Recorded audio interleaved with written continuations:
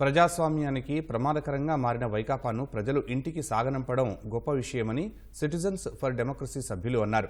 రాష్ట్రంలో గాడి తప్పిన పాలనను ప్రజలు ఓ గాడిలో పెట్టారని చెప్పారు. విజయవాడ సిద్ధార్థ కళాశాలలో సిటిజన్స్ ఫర్ డెమోక్రసీ బృందానికి ఆత్మీయ అభినందన సభ నిర్వహించారు. సభ ప్రారంభానికి ముందు అక్షర యోధుడు రామోజీరావు మరణంపై సంతాపం తెలియజేస్తూ 2 నిమిషాలు మౌనం పాటించారు. దేశవ్యాప్తంగా జరిగిన సరళి వేరు, ఆంధ్రప్రదేశ్లో ఓటింగ్ సరళి వేరు. సుదూర ప్రాంతాల నుంచి, విదేశాల నుంచి కూడా మన ఆంధ్రులు ఓటు వేయాలి అనే తపనతో, ఒక నిబద్ధతతో వచ్చి వారందరూ ఓటు వేయటం అనేది మనం చూసాం. దీంట్లో విజయం ప్రజాస్వామ్యానికి విజయం, ఓటర్లదే విజయం. ఈ తప్పులు తరకగా ఉన్న ఓటర్స్ లిస్టు, గంపగుత్తగా ఓటర్ల తొలగింపు, వీటన్నిటిని కూడా తట్టుకుని ఓటర్లు చివరికి నిలబడ్డారు.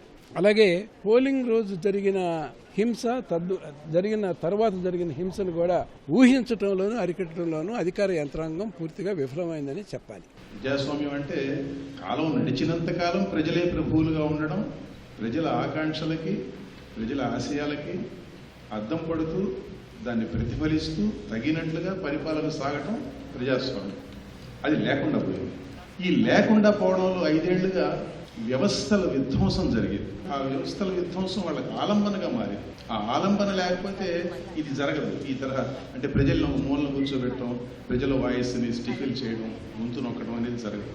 వైఎస్ఆర్సీపీ ప్రభుత్వం లాంటి దుష్ట పరిపాలన సాగించిన ప్రభుత్వ యంత్రాంగం ఎప్పుడూ లేదు. స్థిరమైనటువంటి బందిపోటు వ్యవస్థలాగా నడిపించడం జరిగింది రాష్ట్రాన్ని. అక్కడ ఒక వ్యక్తి, ఆ వ్యక్తి యొక్క నమ్మకం ఏమిటంటే ప్రజలందరూ కూడా వాళ్ళకి ఏం తెలియదు, వాళ్ళు చాలా అమాయకులు,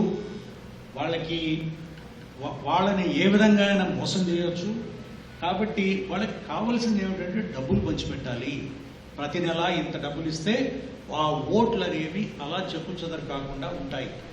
ఏ దేశంలో కూడా ప్రభుత్వ యంత్రాంగం ప్రైవేటు వ్యవస్థలాగా దొంగ కంపెనీలు పెట్టి కేంద్ర ప్రభుత్వ చట్టబద్ధం కాకుండా రాజ్యాంగానికి వ్యతిరేకంగా అప్పులు చేసి ఇంచుమించు ఈ రోజు రాష్ట్రంలో మనకి లెక్కలు కరెక్ట్గా ఇంకా తెలియదు, కానీ నా అంచనాల ప్రకారం ఒక 12.5 నుంచి 13 లక్షల కోట్ల అప్పు ఉంది అని నేను అనుకుంటున్నాను.